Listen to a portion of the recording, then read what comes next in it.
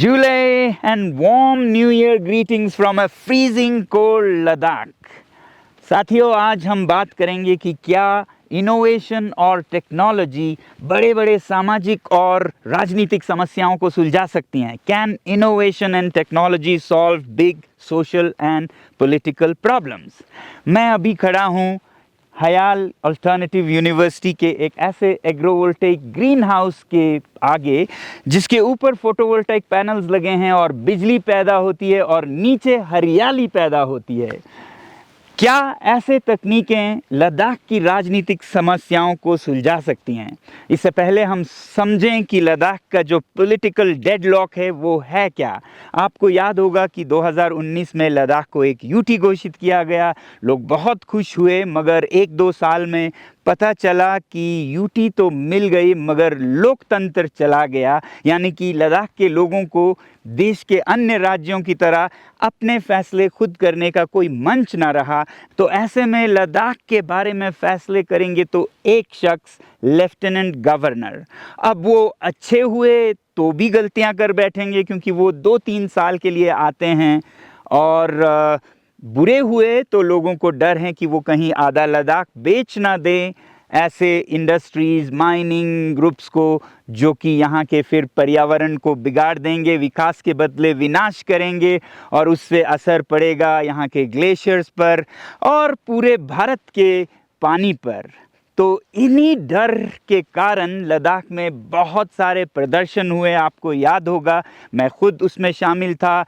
शुरू में -25 के सर्दियों में अनशन, फिर बड़े बड़े सभाएं, फिर 21 दिन के अनशन और फिर पद यात्रा जो कि 1 महीने में लेह से दिल्ली तक पहुंची और वहां फिर 16 दिन का अनशन.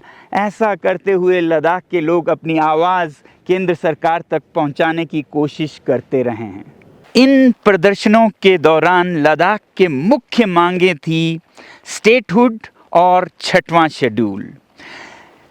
देखें तो ले देकर दोनों ही मांगे एक ही मुद्दे पे आती है, वो है लोकतंत्र, डेमोक्रेसी.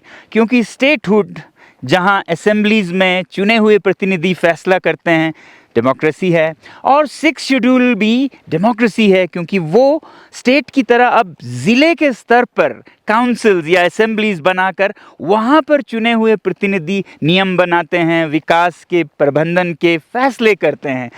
और अब आप सोच रहे होंगे कि ऐसी अच्छी मांगें सरकार क्यों नहीं पूरा कर रही है लद्दाख के लोगों की.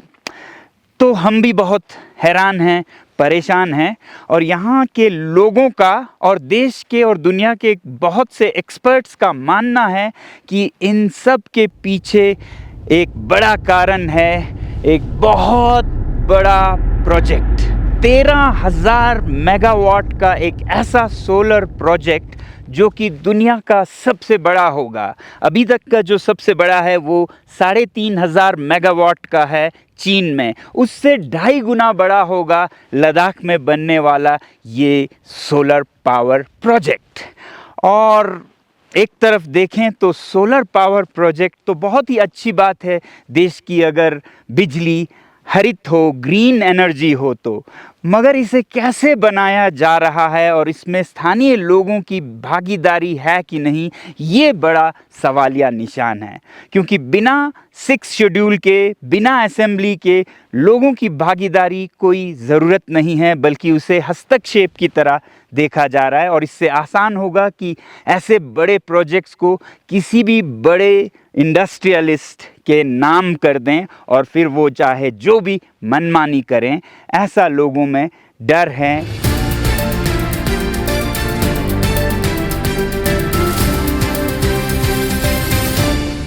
आखिर क्या है 6th शेड्यूल? क्यों चाहिए लद्दाख को 6ठी शेड्यूल में जगह? केंद्र सरकार इस मांग को बार बार ठुकरा क्यों रही है? क्या अंतर है 6th शेड्यूल और 5th शेड्यूल में? क्यों कहा जा रहा है कि सरकार का लद्दाख को यूनियन टेरिटरी का दर्जा देना बड़े इंडस्ट्रियलिस्ट्स को फायदा पहुंचाने की सिर्फ एक चाल है? क्या संख्या बल कम है इसीलिए लद्दाखियों का हक मारा जा रहा है, या वाकई सरकार चीन और पाकिस्तान का डर दिखाकर लद्दाख की जमीन और पहाड़ों को बड़े इंडस्ट्रियलिस्ट को बेच देना चाहती है और इस पूरे मामले को देश प्रेम का चोगा पहनाया जा रहा है ताकि बड़े लेवल पर विरोध ना हो? क्या इसलिए ही स्टेटहुड और 6th शेड्यूल पर आनाकानी की जा रही है? क्या है सच, क्या है झूठ, अब आगे का समय बताएगा। जहां सोलर प्रोजेक्ट बहुत अच्छी बात है, दूसरी तरफ डर ये है कि जो लोग चरवाहे इन मैदानों में बसते हैं उनका क्या होगा। 20,000 से 40,000 एकड़, एक बड़े शहर से भी बड़ा इलाका दे दिया जाएगा ऐसे इंडस्ट्रियलिस्ट को जो यहाँ पर सोलर पावर प्रोजेक्ट्स बनाएंगे।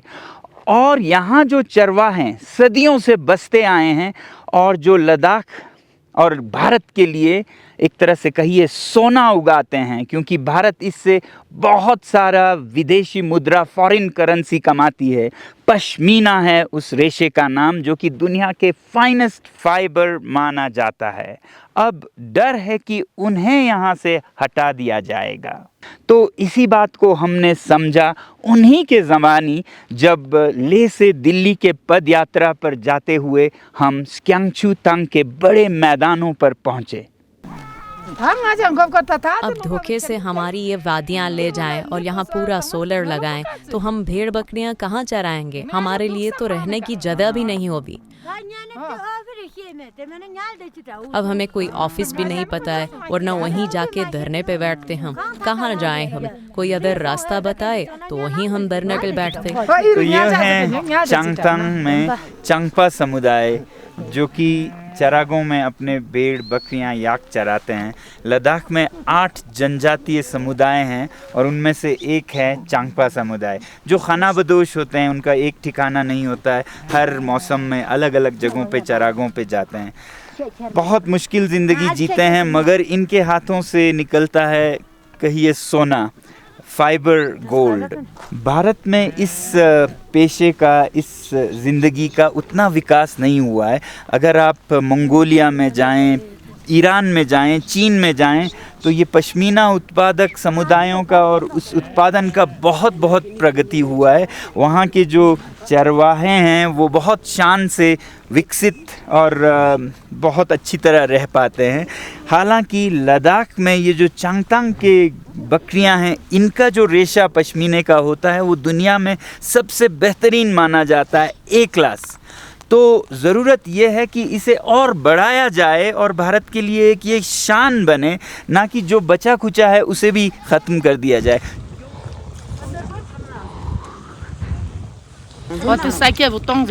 यही जमीन मांगते हैं वो, ना कहें तो बहुत जोर करते हैं, कहते हैं देना पड़ेगा, ये सरकारी जमीन है, तुम्हारे कोई अधिकार नहीं है।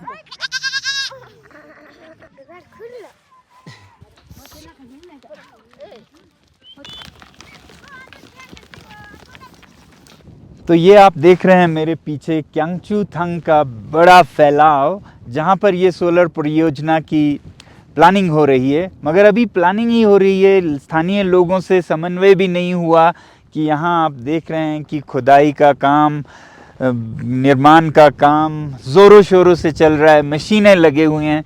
तो ये लोगों को बड़ा अजूबा सा लगता है कि लोगों के बिना कंसल्टेशन के ये सब हो जाता है, जो कि नहीं होता। अगर 6वें शेड्यूल में लद्दाख के ये जनजाति आते तो उनके समन्वय के साथ होता ये सारा काम। तो लद्दाख के लिए ये एक बहुत बड़ी दुविधा है, जहाँ एक तरफ लद्दाख के लोग चाहते हैं कि यहाँ की सूरज की जो ऊर्जा है वो देश के काम आए बिजली के रूप में, वहीं दूसरी तरफ अगर यहीं के चरवाहे हैं जो कि हज़ारों सालों से यहाँ जी रहे हैं, वो अगर बिखर जाएं तो ये फिर अहमद की टोपी मोहम्मद के सर वाली बात हो जाएगी। तो इसलिए मैं सोच में पड़ गया, और ये बात है 2016-17 की। दरअसल ये जो बड़ी परियोजना है सोलर फोटोवोल्टाइक्स की लद्दाख में, हज़ारों मेगावाट की, ये आज की बात नहीं है। ये कोई 7-8 साल पहले घोषणा हुई थी, जिसमें कि भारत सरकार ने घोषणा की कि वो solar energy corporation of India SECI के द्वारा लद्दाख में हज़ारों मेगावाट के सोलर पावर प्लांट बनाने जा रही है। और इसे सुनते ही मैं एक तरफ खुश हुआ और दूसरी तरफ बहुत सोच में पड़ा कि इसे कैसे हम एक विन विन सॉल्यूशन बनाएं, ना कि विन लूज़, जहां चरवाहे खोते हों अपना ज़मीन, अपना चरागा, और देश के लिए बिजली जाती हो। तो मैं चाहता था कि दोनों एक साथ हों, चरवाहे भी फले फूले, उनके चारे और उनके पशु 10 गुने ज़्यादा बढ़े और देश को बिजली भी जाए।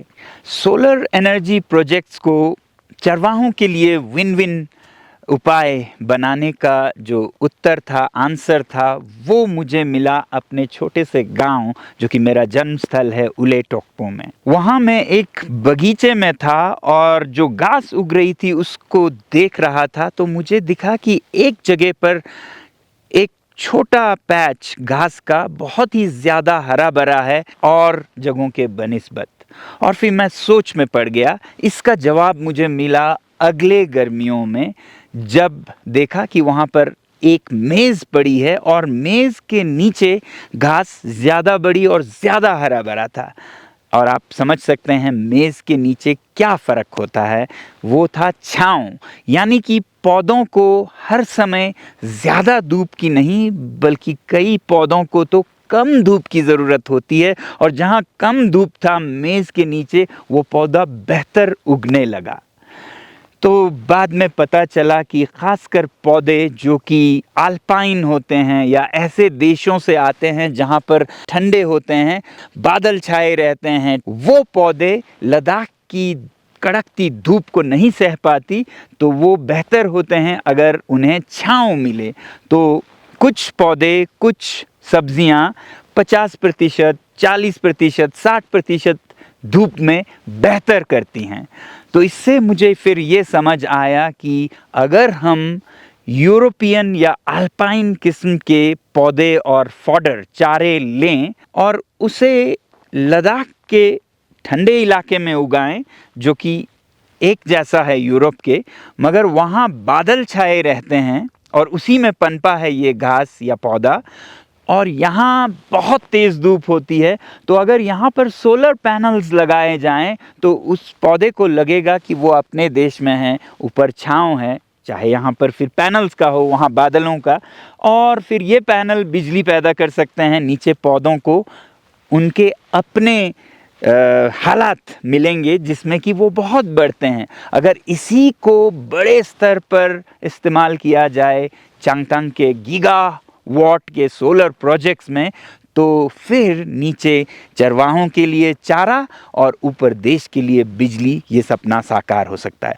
और इसके लिए मैं 2016-17 में भारत के अनेक अधिकारियों से मिलने गया, जिसमें कि तब के पावर मिनिस्टर पीयूष गोयल जी से मिलने मैं दिल्ली में गया, और उनसे मैंने बातचीत की कि कैसे नए तकनीकों के द्वारा और इनोवेशन के द्वारा इस बड़े परियोजनाओं को चरवाहों के लिए भी फ़ायदे का बनाएं। तो हम चाहते थे कि ये जो तकनीक है, जिसे अभी एग्रीवोल्टाइक्स के नाम से जाना जाता है, तब ये विकसित नहीं था जब हम इसको लेके गए थे मंत्रियों के पास।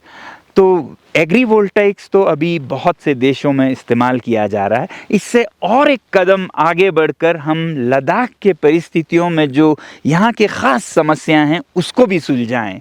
तो आपने शायद सुना हो कि लद्दाख में चांगथांग में जो ये चरवाहे रहते हैं, वहाँ पर हर 5 साल में एक इतना बड़ा आपदा होता है कि जिसमें हजारों बकरियां मर जाती हैं। Hundreds of rare Pashmina goats are dying in Ladakh. The reason lack of fodder on the plateau where they graze. At stake is an industry worth thousands of crores. जब अकालिक बर्फ पड़ता है तो उससे बर्फ के नीचे उनके चारे जो सूखे घास होते हैं वो सब छुप जाते हैं और बकरियां घास ना पाकर भूखे मर जाती हैं। तो इसके लिए और एग्रीवोल्टाइक्स के सिद्धांत को साबित करने के लिए हमने ऐसे ग्रीन हाउसेस बनाए जिसके नीचे चारा या हरियाली उगे और ऊपर बिजली पैदा हो। ख्याल अल्टरनेटिव यूनिवर्सिटी में इंडियन ऑयल कॉरपोरेशन की मदद से एक बड़ा प्रोजेक्ट प्रोटोटाइप के रूप में शुरू किया, जिसमें कि 40 किलोवाट की बिजली पैदा हो, जो कि अभी आप देख रहे हैं मेरे पीछे। और इसमें जो सोलर पैनल्स आप देख रहे हैं ये ख़ास किस्म के हैं।